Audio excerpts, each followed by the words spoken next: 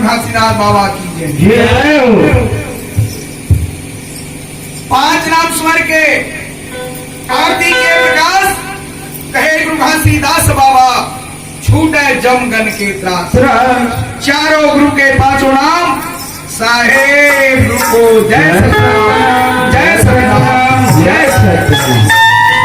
इस 5 नाम सुमरन करके हमारे यज्ञकर्ता श्रीमान शंतराम महिलाएं जी आरती सजाए।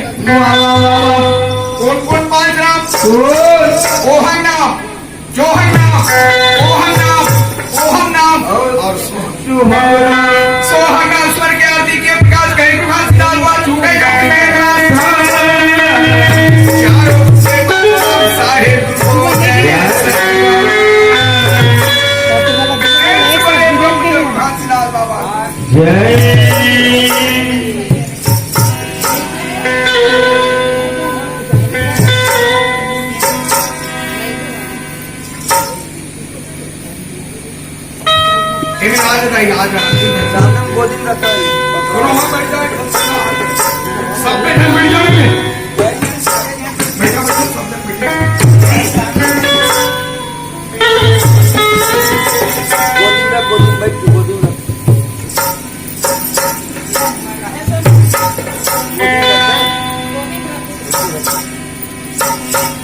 हेलो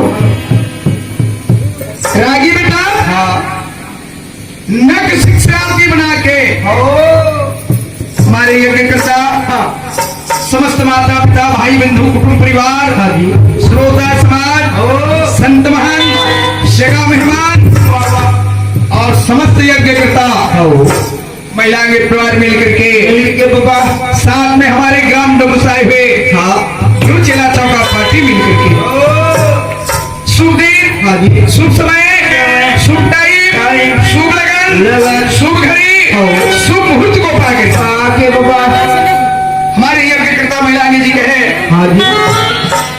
बाबा जी आपकी चौकार की पूजा प्रतिष्ठा ग्राम मजीठा में रखे हो। हे बाबा सबला में निमंत्रण दे हो ये गांव के नगर निवासी भाई बंधु कुटुंब परिवार श्रोता समाज संत महंत सगा मेहमान और साथ में ग्राम नगर से गुरुचला चौका पार्टी को निमंत्रण दिया। जहां तक वो निमंत्रण पहुंचे वहां तक वो सब आकर के उपस्थित है। वाह वाह वाह वाह। साथ में समस्त यज्ञकर्ता समस्त परिवार महिला के परिवार मिलके आपकी चरण में नक्शिक से आरती बनाए। बाबा जी आपके लिए मैं निमंत्रण भेजा था ग्राम मजीठा से। हमारे यज्ञकर्ता संतराम जी कहे एक संत की पास में पहुंचे भैया आपसे मेरा बहुत बड़े काम है बाबा आप बोला सहयोग दो। वह संत कहने लगे भैया क्या काम पड़े है आप बताओ मैं आपके काम आपके सहयोग देने के लिए मैं तत्पर तैयार हूँ। हमारे यज्ञकर्ता कहने लगे भैया बाबा गुरु घासीदास जी के चौक आरती पूजा प्रतिष्ठा अपन घर में रखे हो सबला निमंत्रण दे चुके हो संत समाज भाई बंधु कुटुंब परिवार ला संत महंत सगा मेहमान ला नगर निवासी ला पर गुरु महाराज का निमंत्रण नहीं दे तो आप जाकर के गुरु महाराज का निमंत्रण दे करके गुरु परिवार गुरु माता मल्ला लेके आ जाओ भैया। सहयोग दे दो तत्पर जाए पर तैयार हो। पर कहाँ भेजना है कहाँ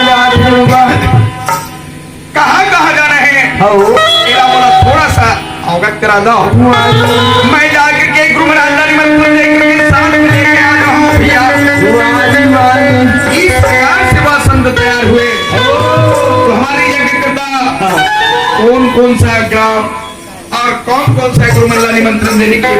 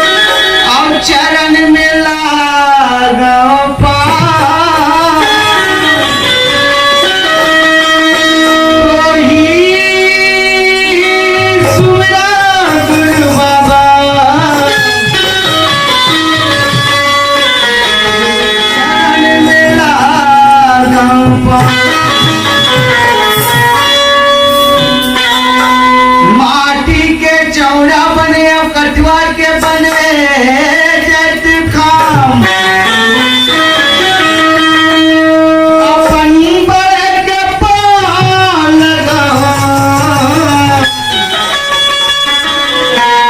अजी चौजला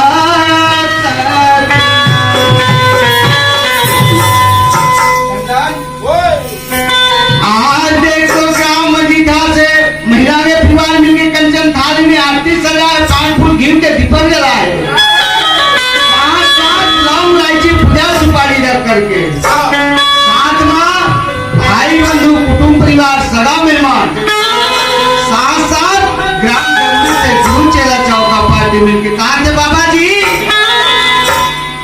हो तोला न्योता देवा हो सतनाम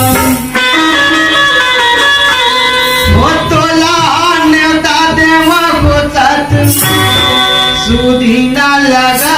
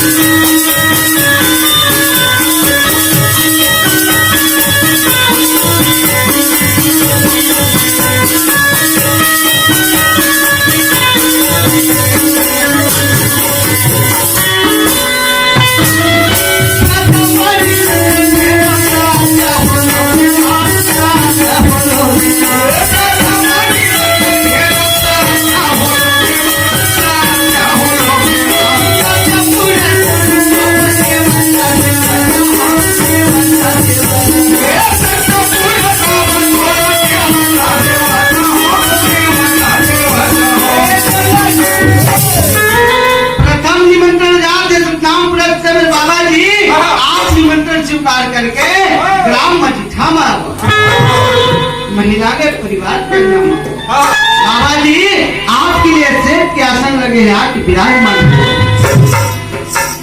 और दूसरा निमंत्रण बाबा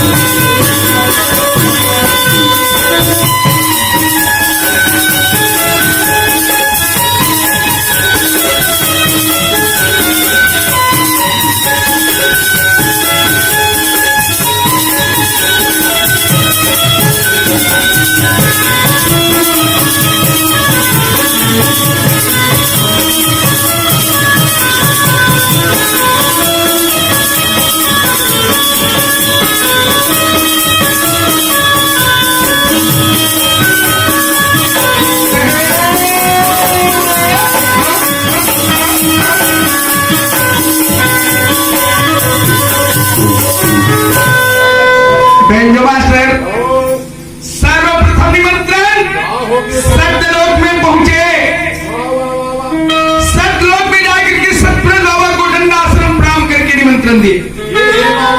हे बाबा जी, आपका बार बार प्रणाम नमस्कार। आप तत्काल गुरुमंच में आओ और ग्राम मजीठा में आके इस महिला के पुराण के हाथ से क्या संगति आपके लिए रखे वहां उपस्थित हो गए। इस यज्ञ को पूर्ण कीजिए, हर प्रकार की मनोकामना को सिद्ध कीजिए। रागी बेटा, दूसरा निमंत्रण ज्ञातप्रिय धाम, जहां ज्ञातप्रिय धाम में महामदार बाबा की चरण में गंगा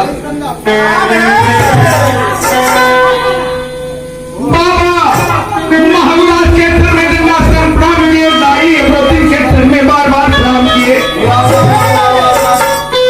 बाबा जी, आपका निमंत्रण देने आए हो, आप तत्काल तैयार हो और संग में चलाओ।